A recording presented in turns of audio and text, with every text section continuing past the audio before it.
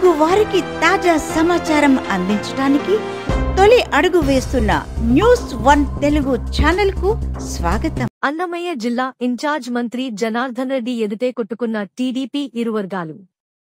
Railway Koduru TDP కార్యాలయం అద్దాలను, కుర్చీలను ధ్వంసం చేసిన టీడీపీ కార్యకర్తలు. గొడవను సర్దుబాటు చేసే ప్రయత్నంలో కానిస్టేబుల్కు గాయాలు. తమ్మళ్లపల్లెలో టీడీపీ శ్రేణుల మధ్య నివురుగప్పిన నిప్పులా ఉన్న వర్గపోరు జిల్లా ఇన్ఛార్జి మినిస్టర్ సాక్షిగా ఒక్కసారిగా భగ్గుమన్నాయి. ఆదివారం తమ్మళ్లపల్లె నియోజకవర్గంలోని హాసిలీ హిల్స్లో 6 మండలాలకు చెందిన టీడీపీ నాయకులు కార్యకర్తల సమావేశాన్ని మంత్రి బీసీ జనార్దన్ రెడ్డి ఆధ్వర్యంలో నిర్వహించారు. తమ్మళ్లపల్లి మాజీ ఎమ్మెల్యే శంకర్ యాదవ్ వర్గీయులు, తాజా ఎన్నికల్లో టీడీపీ అభ్యర్థిగా నిలబడిన జయచంద్రారెడ్డి వర్గీయులు ఒకరిపై ఒకరు దూషణల పర్వం కొనసాగించారు. మంత్రి సాక్షిగా ఒకరిపై ఒకరు విమర్శలు చేసుకుంటూ నినాదాలు చేశారు. ఒకానొక సమయంలో ఇరువర్గాల టీడీపీ శ్రేణులు పిడుగుద్దులు గుద్దుకుంటూ ఘర్షణకు దిగారు.